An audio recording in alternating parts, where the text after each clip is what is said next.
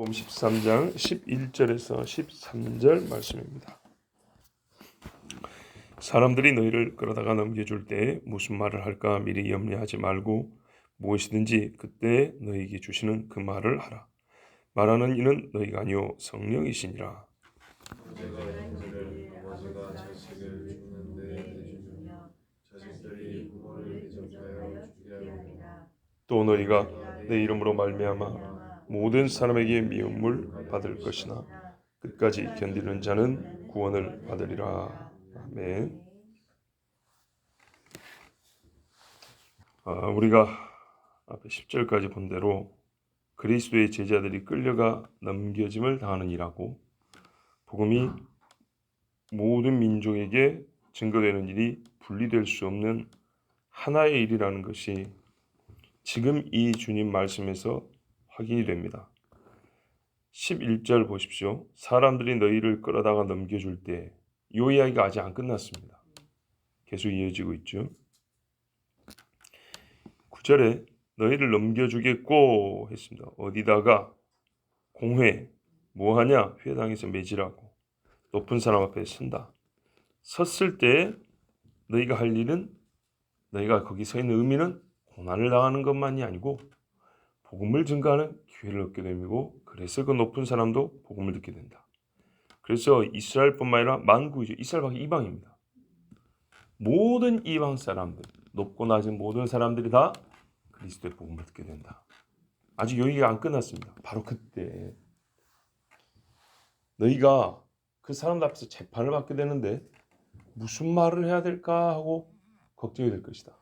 걱정하지 마라, 그 말입니다. 그래서 10절에 복음이 먼저 만국에 전파되어야 할 것이라고 했죠. 누구 입을 통해서 전파되죠? 그렇죠. 예수님의 제자들 입을 통해 전파되죠. 그때 걱정할 사람이 누굽니까? 그 말할 사람들이죠.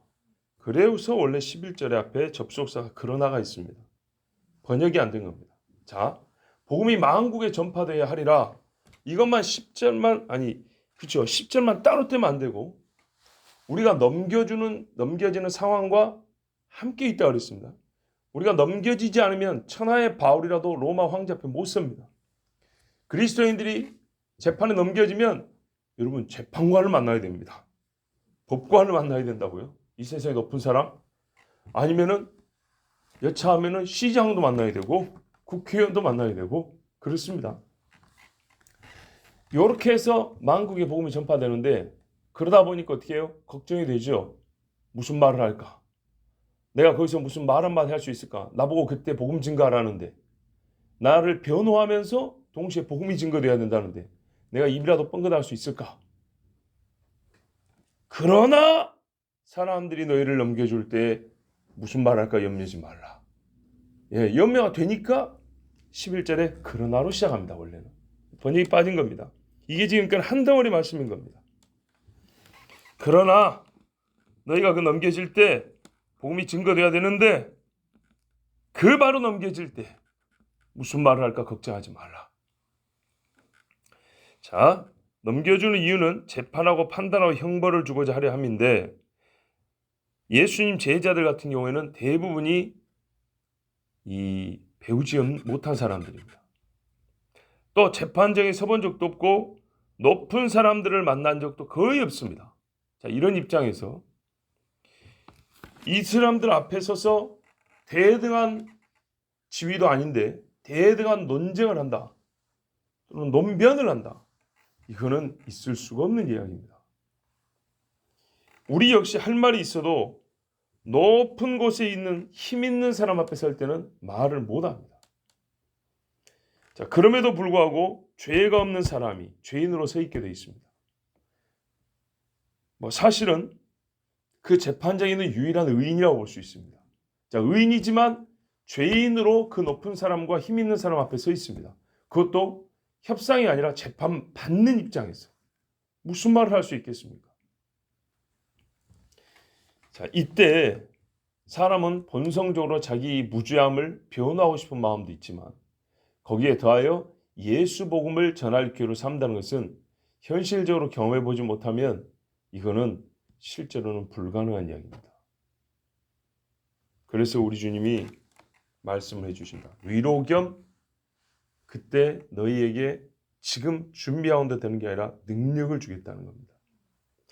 11절 후반부에 무슨 말을 할까 미리 염려하지 말라. 그 자리에선 가장 의로운 사람이지만 복음을 전하기 위해서 죄인이 된 입장이므로 죄인의 입장에서 말을 할 것이 없고 말할 수도 없을 때 도대체 무슨 말을 해야 될까? 내가 과연 여기서 말할 수 있을까? 걱정이 될 때 걱정하지 마라. 성령이 함께 하신다. 그리스도인이 가장 성령이 충만할 때가 언제냐면 그리스도 때문에 고난당할 때입니다. 예, 이렇게 표현하면 오해하지 마세요. 구하지 않아도 그때는 성령이 충만히 함께 해주십니다. 왜냐? 그때는 원래 성령께서 좋아하시는 상황이에요. 그리스도를 위하여 이 땅에 오신 분이 성령이신데 그 인간이 살면서 가장 그리스도를 위하는 일을 하고 있는 중이에요. 그 일에 악령이 도울까요? 아니죠. 우리 예배할 때 성령이 함께 하시는 것처럼 성령이 오소서 해서 오시는 경우가 있지만 가만히 있어도 바르게 예배하면 그 예배하는 자리를 원래 사랑하시고 복을 주시는 분이 성령이시기 때문에 그 자리에 함께 한다고요. 두세 사람이 내 이름을 모이기만 해도 얼마나 주님이 기쁜가. 근데 주를 위하여 목을 내놓겠다고 서 있는 입장이다. 성령이 함께 하시는 겁니다. 그래서 주님이 약속합니다. 성령이 함께 하신다. 그리고 그 성령이 마음으로만 뿌듯하고 담대함만 주는 게 아니라 할 말도 담아준다. 문제는 이겁니다. 그 말 잘하는 사람들 앞에서 복음을 말이 되게끔 말할 수 있어야 됩니다. 너희 머리로는 구상할 수 없는 논리를 주시고 너희 권위로는 불가능한 사람의 심령을 압도하는 권세 있는 말을 주리라. 바울의 말은 아무도 못 이겼어요. 그렇죠? 그리고 바울의 말에 사람들이 그 권세에 밀렸어요. 밀려. 성령께서 하십니다. 목소리는 내 것이지만 성령이 친히 말씀하시는 겁니다. 스데반의 목소리처럼 모세의 목소리처럼. 그리고 하나님이 여러 선지자들이 뭐라 했어요? 네 말이 내 말이다 그랬어요. 내 말이 네 말이라 그랬고. 그래서 1인칭이 바뀐다고 해요. 성경 한 장 안에 선지자가 자기를 가리켜 나라 그랬다가 하나님을 가리켜 나라 그랬다가 말하는 건 선지자 입인데 하나님이 그렇게 해주십니다. 베드로전서 4장 12절 14절에 사랑하는 자들아 너희를 연단하려고 오는 불시험을 이상한 일 당하는 것 같이 이상히 여기지 말고 이거는 정상입니다. 얼마 전에 제 막내 동생이 저보고 전화해서 이러이러한 어려움도 있고 힘들고 할 텐데 이제 위로한다고 전화한 거예요. 근데 제가 그때 글쎄요 괜찮다 그랬어요. 보기에는 힘든 일인 건 맞는데 정상 범주 안에 있다 그랬어요. 이해가 안 되십니까? 힘든 일이 다 이상한 일이 아니라고요. 여기서부터 여기까지가 정상이에요. 정상이 항상 제일 좋은 상태가 정상이 아니에요. 좀 안 좋아도 더 좋아도 정상 범주 안에 있다. 네가 보기에는 힘들지. 힘들다는 것 이꼴 비정상, 이상이 아니다. 힘들다는 게 원래 정상인 거다. 정상 범주 안에 있는 힘든 것이므로 아무렇지도 않다. 그러니까 괜찮은 표현이네. 그래도 이 막대기가 좀 장난기가 있거든요. 정상 범주 안에 있다. 써먹어야 됐다. 그 하여튼 그런데요. 맞아요. 복음에 뭐라 그럽니까? 불시험을 당하는데 이상히 여기지 말합니다. 정상적인 일입니다. 힘들지만 정상적인 겁니다. 여러분 병이 걸렸고 나을 때 뭐라 그래요? 옛날 어른들이 여기 어른들 많이 계시네. 한참 애가 아파 죽겠는데 그거 나으려고 하는 거야 그러잖아요. 애는 도대체 이해가 안 됩니다. 그 정상적인 과정이라는 겁니다. 병이 낫기 위한 정상적인 과정. 그런 것처럼 우리가 베드로가 얼마나 큰 고난을 겪고 복음을 전했습니까? 그런데 뭐라요? 이상한 일이라고 생각하지 말아요. 괴로운 일이고 슬픈 일이고 고통스러운 일인데 이상한 게 아니고 정상이다. 예수 믿으면 정상적으로 겪는 일이다. 너희가 그리스도의 고난에 참여하는 것으로 즐거워하라. 이것이잖아요. 그리스도의 고난. 우리 중에 아직 그리스도의 고난이라고 여길 만한 일에 들어간 적이 없습니다. 이는 그의 영광을 나타내실 때 보십시오. 그리스도의 고난에 참여하는 것은 사람이 가장 크게 그리스도의 영광을 높이는 시간이라고 합니다. 그렇기 때문에 이건 그리스도인들에게 정상적인 일입니다. 너희로 즐거워하고 기뻐하게 하려 함이라. 그래서 옛적에 그리스도를 말미암아 고난당한 사람들은 기뻐했어요. 뭐라고 말하면 나 같은 사람이 그리스도를 위하여 고난을 당할 수가 있다니. 너희가 그리스도의 이름으로 치욕을 당하면 복 있는 자로다. 예수님의 팔복을 헛되게 들은 사람들은 고난 이야기하면 고개 확 돌려버리죠. 뭐라 했어요? 핍박을 당한다 그랬어요. 너희가. 그때 기뻐하고 즐거워하라. 너희 앞에 간 사람들도 이와 같이 고난을 당했다 그랬어요. 팔복 중에도 앞에 거는 좋죠. 화평이라는 단어가 좋고. 그죠?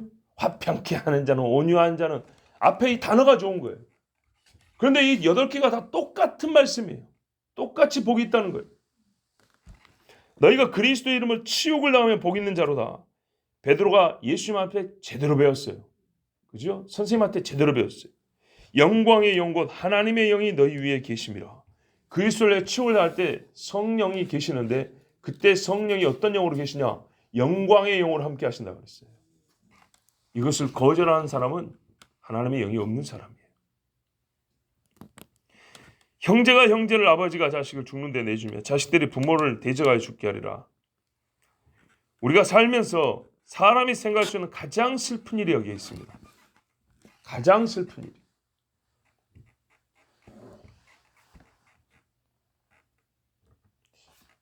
우리를 넘겨줄 때 앞에 보면 사람들이 너희를 넘겨준다고 그랬어요. 이 사람들의 어떤 사람들은 처음부터 배제되고 예외인 경우가 없다고 그랬어요.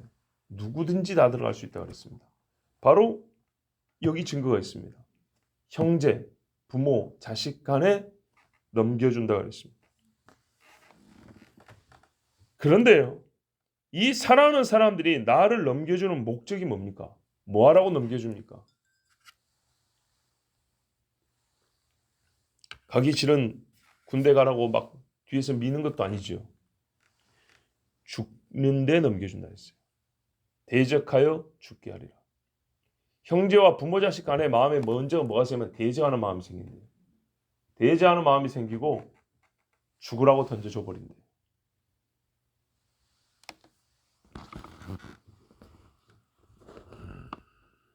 유철성 의사님이 그랬잖아요. 1,000만 원? 여기는 돈이 얼마나 많은 거 놀래지도 않네 그러죠. 나는 그런 소리보다 이런 말씀에 안 놀리는 게 더 이상해요. 한 번이라도 이런 일이 있으면 얼마나 끔찍합니까? 혈육이 아닌데도 불구하고 배신했다고 칼로 찔러 죽이고 한 그럽니까? 배신자라고. 사랑하는 이가 나를 넘겨주는 목적이 죽게 하려 합니다. 죽는 겁니다. 죽는 것. 그 사실 자체로 그런 일이 있다는 것 그 한 가지가 최악의 비극 아닙니까? 내 자식이 나를 죽으라고 던져준 거예요. 그 밖에서 씩 웃고 가요. 아니면 같이 돌을 던진다고 생각을 해보세요. 생명이 붙어있는 동안 절대 겪어서는 안 되는 고통입니다. 이거는. 사람으로 태어나서 이런 일은 있어서도 안 되고 경험하고 싶지도 않고 절대 경험하면 안 되는 일이죠. 그런데요. 대적하여 죽게 하리라. 이런 일이 일어납니다. 온 가족이 죽음을 불사하는 믿음이 있는 집이 아니라면 잘 들으세요. 이게 이런 일이 안 일어날 수 있는 유일한 조건입니다. 온 식구가 믿음이 있어야 돼요. 아니 옛날에 북한에도 안 그럽니까? 네 죽기 싫으면 너가 엄마 아빠인데 불어 그런다고. 온 가족이 죽음을 불사하는 믿음이 있는 집이 아니라면 예수를 믿는다는 이유로 신자를 죽이고 싶어서 다른 사람의 손을 빌리는 사람이 내 식구가 됩니다. 나를 원망하지 마세요. 성경이 지금 말씀하는 거니까. 도대체 어떤 경우에 형제가 형제를 죽이고 부모가 자식을 내주겠습니까? 옛날 엘리사 시대 자비한 부녀가 신명기 말씀대로 누구도 안 믿었죠. 설마니 우리가 그렇게 짐승 같은 삶을 살냐. 그래도 내가 도덕적인 사람인데 신명기에 뭐라는 줄 알아요? 우리 한국식으로 물 한 방울 안 묻혀본 자비한 부녀의 손이 자기 태에서 난 아이를 삶아 먹으리라 그랬어요. 여기서 이거를 상상이라도 할 수 있는 분 계십니까? 내가 그럴싸하게 여기는 사람 있습니까? 바로 이렇게 하는 그 사람이 그렇게 한다 그랬어요. 니나 나나 할 것 없이. 근데 실제로 뭐라 그랬어요? 실제로 어떤 일이 났습니까? 두 옆에 내가 둘이 자식 삶아 먹지 않고 하나 삶았고 하나 숨겨놓고 난리가 났지요. 성경 말씀 그대로입니다. 솔직히 우리가 얼마나 착한가요? 100원짜리 하나 때문에 핏대 세우고 싸우는 사람들 아닙니까? 자, 그러면 여러분, 도대체 세상이 얼마나 악해질 것이라는 말씀인가요? 어느 정도로 악해지겠다는 뜻입니까? 또 어느 정도로 예수를 미워한다는 말인가요? 지금은 말 그대로 시작인 거예요. 시작. 온 식구가 서로 고발할 정도로 예수를 미워하고 온 식구가 고발할 정도로 예수 행위를 미워하는 날이 반드시 온다는 겁니다. 지금도 우리가 너무하다는 생각이 들 정도로 예수 믿는 것 때문에 가정에 불화가 있고 서로 미워하고 화를 내고 싸우는 일이 있지 않습니까? 해도 너무한다. 이런 말 하죠? 안 그렇지 않습니까? 예. 그런데요, 진짜 이 말씀 그대로 내 눈앞에서 일이 일어난다면 여러분, 우리는 어떤 선택을 할 수 있을까요? 사랑해야죠. 안 싸워야죠. 그때 두 글자 나오죠. 화평. 거꾸로 해도 평화. 그래서 어떻게 해요? 내 가족이 나를 죽이는 살인자로 만들면 안 되니까 내가 그의 편에 서야겠다. 왜 그로 하여금 나를 미워하게 만들어? 왜 내 자식이 부모의 나를 미워하게 만들어서 부모의 나를 죽는 데 내어주는 살인자 자식이 되게 할 수 있어? 아비인 내가 살인자 자식을 안 만들어야지. 그래, 같이 교회 밖으로 나가자. 그러실래요? 둘 중에 하나입니다. 진짜 둘 중에 하나. 그놈이 나를 죽는 데 넘겨서 지옥에 떨어지는 거를, 그놈은 지옥에 떨어지는 거예요. 딸이 될지 아들이 될지 아버지가 될지 어머니가 될지 몰라요. 어느 집에는 자식이 예수를 엄청 잘 믿는다고 그 아버지가 매질을 하다가 못해 감옥에다 집어넣으면 이슬람권에 지금도 그런다 이 말이죠. 자기 딸을 돌 던지면서 전혀는 내 딸 아니요 이러고 아비가 돌을 던져요.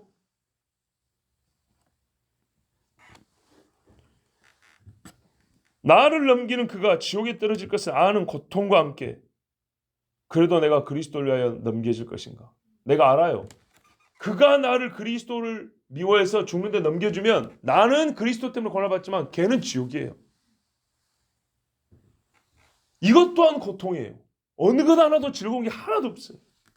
이리 가도 고통이에요. 저리 가도 고통이에요. 인간의 심장으로 이 작은 심장 터질 것 같은 고통 속에 우리가 서 있게 돼요.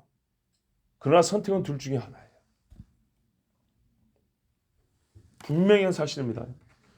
온 식구가 함께 예수를 믿지 않으면 지금은 이 코로나 때문에 꼭 교회를 가야 돼. 이 정도에서 쌍소리를 해가면서 욕을 하다가 나중에는 몰래 살짝 고발합니다.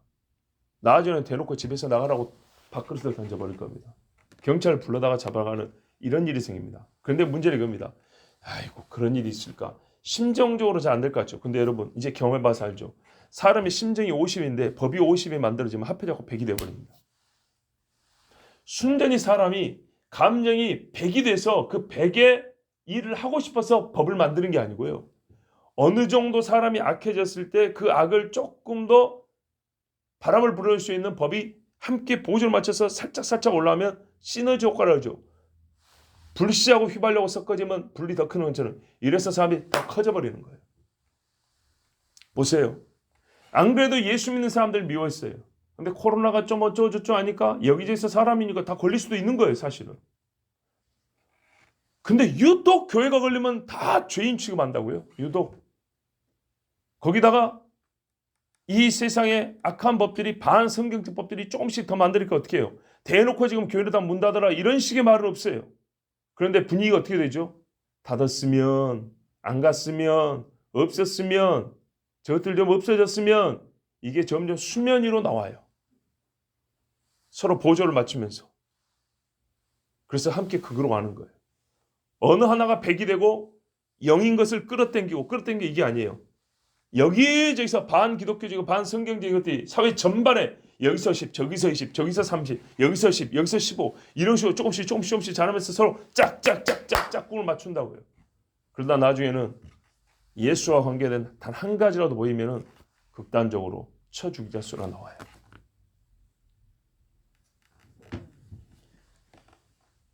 그래서 결국 주님이 두 가지 이런 상황에 처할 그리스도인들 보고 명백한 결론 두 가지를 말씀해 줍니다. 첫째,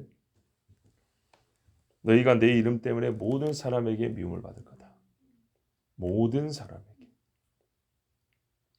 그러니까요. 너희는 그리스도인이고 미워하는 자는 그리스도인이 아니죠. 그러니까 여기서 가족인데 설마, 부부인데 설마 이런 게 없다고요. 믿는 자와 안 믿는 자로 나뉜다. 믿는 자와 안 믿는 자로. 50년지기 친구 상관없어요. 둘째, 그 무시무시한 미움을 견뎌야 합니다. 견디는 자가 구원을 받습니다. 이것입니다.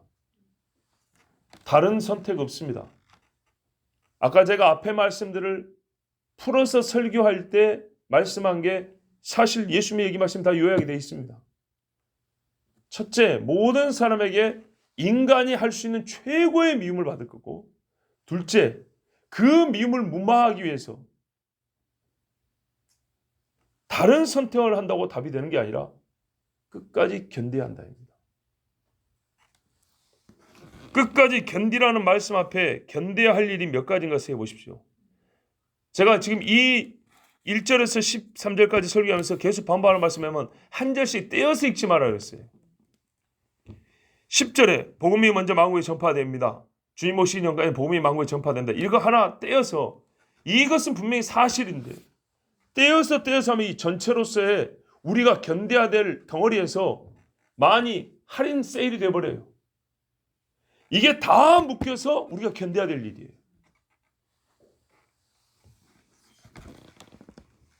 견뎌야 할 일의 수를 세보십시오.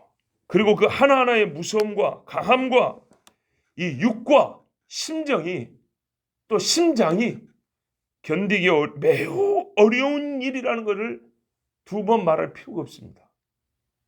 도대체 사람이 견딜 수 없는 일들입니다. 근데 이것을 견뎌야 한다. 미움이라는 감정만 견디라는 게 아닙니다. 미움 때문에 앞에 있는 모든 일이 순식간에 몰아치고 겹쳐서 나를 덮칠 겁니다. 가족이 고발하고 공회 앞에 서게 되고 또 친구가 또 끌려오고 매질당하고 죽고 누구는 바로 그 자리에서 감옥에 갇히고 누구는 손발이 잘리고 누구는 재산이 몰수되고 누구는 내 눈앞에서 가족이 능욕을 당하고 이거를 겹쳐서 봐야 됩니다. 이 모든 일을 다 견뎌야 합니다. 바꿔 말하면 이 무섭고 아픈 일들로 말미암아 그리스도를 버리는 일이 결코 없어야 한다는 뜻입니다. 나는 견딘다는 말은 그리스도는 버리지 말아야 합니다. 다 버려지고 다 떠나고 다 대적한다 하더라도 너는 절대로 그리스도를 대적하면 안 되고 그리스도를 버리면 안 된다는 말씀입니다. 예수님이 뭐라 그랬습니까? 처음에 네 자신을 부인하라 그랬습니다. 나 자신을 부인하고 나를 두르고 있는 모든 것이 다 부인되더라도 그리스도는 부인되어서는 안 된다는 말씀입니다. 내 눈은 끝까지 그리스도 예수의 눈을 보고 있어야 하고 끝까지 내 입은 그리스도를 말해야 합니다. 그러므로 8절에 7절에 두려워하지 말라 아직 끝은 아니니라 는 말씀은 앞으로 견뎌야 할 더 힘든 일이 있다는 뜻이면서 진짜 끝까지 견뎌야 한다는 말. 끝까지 견디기 위하여 끝까지 두려워하지 말아야 한다는 말씀이 맞는 것입니다. 이 중에 순간 두려움이 생겨버리면 가다가 견딤이 중단되어 버립니다. 그러면 실족하는 겁니다. 배도하고. 여러분, 실로 얼마나 두려운 일들입니까? 마지막은 그렇습니다. 저도 이런 일은 안 겪었으면 좋겠습니다. 정말로. 그런데 지금까지 하나님이 창조 이후에 모든 일은 주의 말씀대로 다 되었습니다. 그리고 그렇게 될 수밖에 없는 것은 공의로운 하나님 앞에 우리가 죄의 악을 쌓았기 때문입니다. 나는 그런 적 없는데요. 이럴 사람 아무도 없고 설사 그렇다 하더라도 나는 그런 적 없으면 나는 이 지구 밖에서 살아야 되는데 그렇지 않냐고 죄가 쌓이는 이 땅에서 숨쉬고 살기 때문에 이 환경을 벗어날 수가 없습니다. 인간이 쌓아놓은 쓰레기 더미 속에 살면서 그 쓰레기 냄새를 내가 안 맡고 살 수는 없고 그 쓰레기가 주는 해로움을 겪지 않을 수는 없다고요. 그러므로 여러분 정말로 무서운 일이고 정말 우리가 원하지 않는 일이지만 있을 수밖에 없는 일이기 때문에 우리가 해야 될 것은 주님 뭐라 했어요? 끝까지 견디는 자가 구원을 받는다 그랬죠. 끝까지 견디게 도와주세요. 끝까지 견딜 수 있는 믿음을 주세요라고 기도하는 것이 우리가 해야 할 일입니다. 그렇지 않으면 절대로 못 이깁니다. 여러분 제가 말로만 듣고는 오히려 시험에 들 수가 있기 때문에 말을 안 하려다가 한 가지만 말씀드립니다. 엊그제 산에 기도하러 갔는데 산 중에 사람이 출입 금지된 지역들이 있습니다. 옛날에는 그런 것도 없었어요. 근데 한 20년 전부터인가 산에 기도하는 사람은 꼴보기 싫어서 그런지 다 쳐놓고 못 들어가게 하는 데가 많습니다. 그런데 제가 알기로 어느 봉우리들은 이렇게 출입 금지된 봉우리들이 있어요. 높은 봉우리에 뭐 깃발 같은 게 펄럭펄럭 하더라고요. 근데 가만히 들어보니까 뭔 사람 소리가 나요. 깃발이 펄럭인 게 아니고 이른 아침부터 무릎을 꿇고 바위 꼭대기에서 손을 들고 기도하는 거예요, 사람. 그래서 카메라 이렇게 당겨서 보니까 사람이에요. 제가 그거 올라와 볼 때가 8시가 조금 넘었던 시간인데 그 전부터 계속 그리고 기도하고 있었던 사람이에요.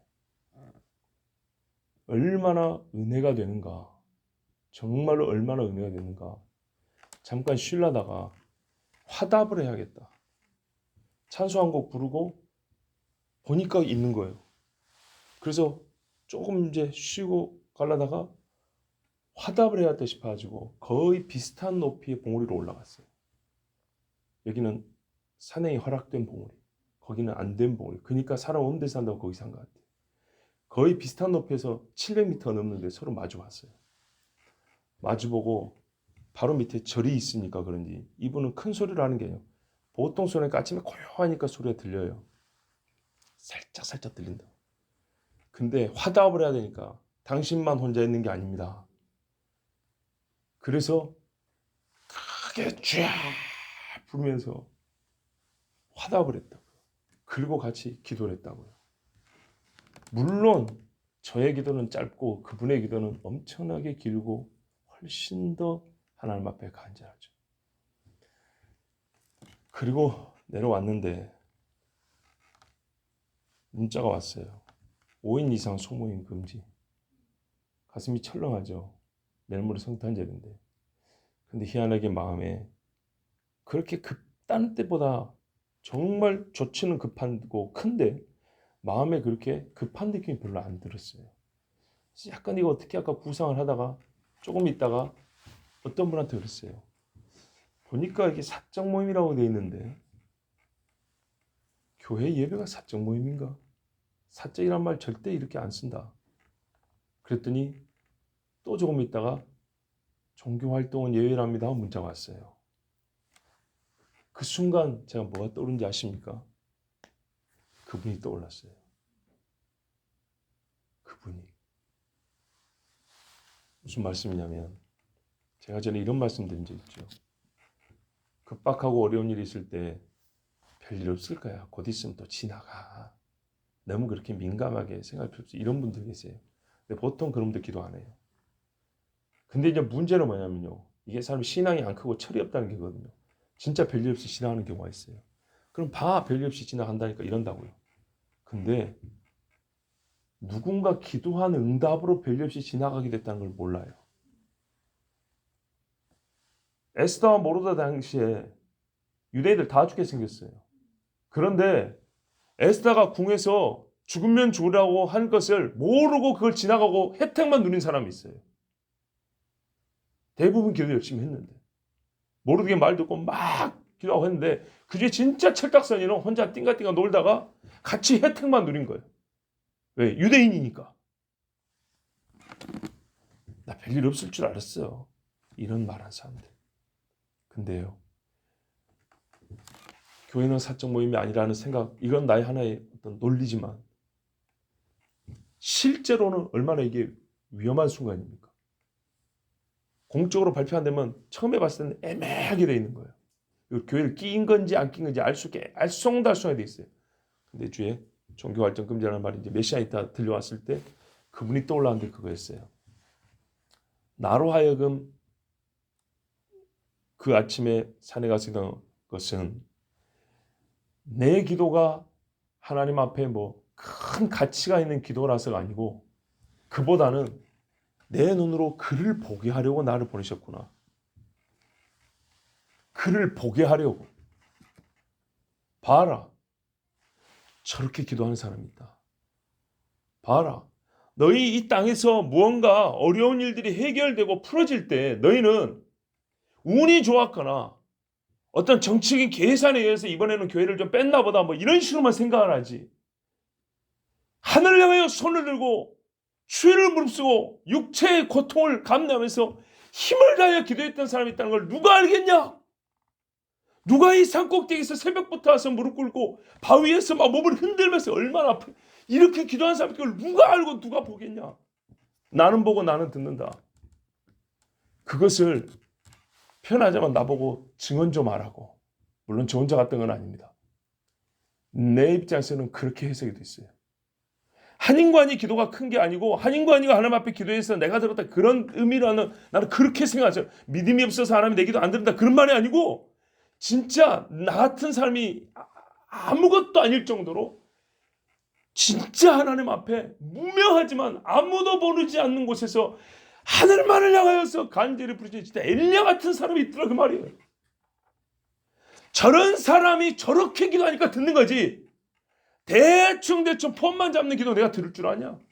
근데 그래놓고 기도 응답 받았다 그러고 그래놓고 기도했더니 아무 쓸데 없다 그러고 뭐 운 좋으면 되는 거고 운 나쁘면 어떻게 그래? 일단 세상식의 말을 하는 무슨 그게 그리스도이냐 이 말이죠. 애간장의 녹도로 기도하는 사람이 있어요. 진짜로 봐보세요. 예수를 증언하듯이 나는 진짜 그 마음이 들었어요. 네가 오늘 본 것을 가서 말해라고. 저 사람의 증인이 되어주라고. 향유 부은 여인이 복음이요? 아닌데 뭐라 그래요? 복음이 증거될 때마다 이 여자를 함께 말하여 기념하라 그러죠. 하나님께서 교회를 보여주실 때마다 함께 우리가 말해 기념할 사람은 교회를 위하여 자기 목숨 걸고 기도했던 사람들이에요. 일제시대에 왜 우리가 일제시대에 복음 증거도 많은데 보통 한국 기독교에서 일제시대 하면 복음이 어떻게 증거되는 것보다 복음을 지켰던 사람들의 얘기를 더 많이 합니까? 여러분 일제시대에 설교를 많이 합니까? 일제시대에 신앙을 지켰던 사람들 간증을 많이 알고 있습니까? 후자죠. 그럼 그게 잘못인가요? 꼭 그게 잘못이라는 게 아닙니다. 복음을 한마디 들어도 이렇게 살아야 된다는 겁니다. 그래서 나는 봤어요. 진짜 기도하는 사람을 봤어요. 진짜로 엘리야 같은 사람이 살아있다는 것을 보고 너무너무 기뻤어요. 나는 쳐다만 봤어요. 간간히 들려오는 그 기도 소리만 듣기만 했어요. 그런데도 적어도 예수 믿는 사람이라고 심령이 기쁘더라고요. 너무 기쁘고 반가웠어요. 혹여라도 내려갈 때 얼굴이라도 좀 보고 싶었어요. 근데 그분이 뭐 자기 이름 쌓고 다니는 것도 아니고 하여튼 이렇게 간절히 기도하는 사람이 있어 하나님께서 아슬아슬한 순간에 교회를 살짝 비껴하게 하시고 피하게 하시고 살게 하시는데 바울이 풍랑을 안 겪은 게 아니라 바울이 그곳에 여호와의 증인으로 있기 때문에 하나님이 배를 살려주신 것처럼 온전하게 배는 깨졌어요. 그러나 너희 생명은 해함을 받지 아니하리라. 물건은 다 없어졌어요. 그러나 너희 목숨은 지켜주리라. 그리고 하나님이 또 준비해 주시고 또 쉬게 해 주시고 정말 하나님의 섭리가 오묘한데 그 모든 과정에 성령의 인도함과 그 인도함을 따르는 사람들이 있는 거예요. 자, 보십시오. 여러분도 한번 생각해 보세요. 학교 공부도 마찬가지예요. 힘을 다해 공부하는 애가 있고 맨날 노는 애가 있어요. 군대도 마찬가지예요. 시간만 나면 훈련을 열심히 하는 군인이 있고 총을 어떻게 쏘는지도 모르고 제대한 군인이 있어요. 과연 실제 전쟁이 나면 어떻게 되겠습니까? 교회만 왔다 갔다 하는 사람하고 진짜 주님 앞에 주님 내가 진짜 주님을 믿습니다라고 이 말 한마디를 진심으로 고백하는 사람이 있어요. 그 차이가 작다고 생각하십니까? 이 말 한마디로 천국과 지옥이 갈립니다. 여러분, 우리가 기도를 하고 우리가 예배를 하지만 정말 시간을 뭐 길게 잡으라는 얘기도 아니고 어려운 시간대를 꼭 찾으라는 것도 아니에요. 정말 실명을 들어서 좀 그렇지만 우리 최 집사님이 2번 재직회에 똑같은 소리를 했어요. 이번 재직회도 그 앞에 재직회도. 우리가 같이 기도합시다 그랬어요. 틀린 말도 아니고 매우 옳은 말입니다. 근데 그냥 기도하자 하면 사람이 해요 안 해요? 안 하니까 뭐라 했어요? 뜻을 정하자 그랬어요. 시간이든 장소든 환경이든 뭔가 좀 뜻을 정하자 그랬어요. 정하지 않은 뜻은 뜻이 아닙니다. 그렇지 않습니까? 내가 저 사람과 결혼해야겠다 하지 전까지는 뜻이 아닙니다. 뜻은 정해진 마음만 뜻이라 그럽니다. 단어를 똑바로 쓰자고요. 그래서 정해진 마음이 뜻이기 때문에 뜻이 정해진다는 것은 뭐 문법이 될지 않을지 모르지만 훨씬 더 강한 말입니다. 뭔가가 진짜 정해졌다는 거죠. 하나님 앞에 정한 마음이 있어야 되겠습니다. 성경에 이런 표현도 있습니다. 정한 마음이 없는 자는 물결에 떠달리는 부유물과 같다 그랬어요. 하나님 앞에 정말 정한 마음으로 간절히 기도하는 사람을 보고 부끄럽고 너무 감사했어요. 당신이 있어 우리가 산다. 그가 누군지는 모르지만 하나님 앞에 우리가 마음을 정하고 기도하고 그리고 이 어려운 일을 다 견디기 위해서는 진짜 내가 살기 위해서라도 주님 믿음을 주십시오. 같이 구해야겠습니다.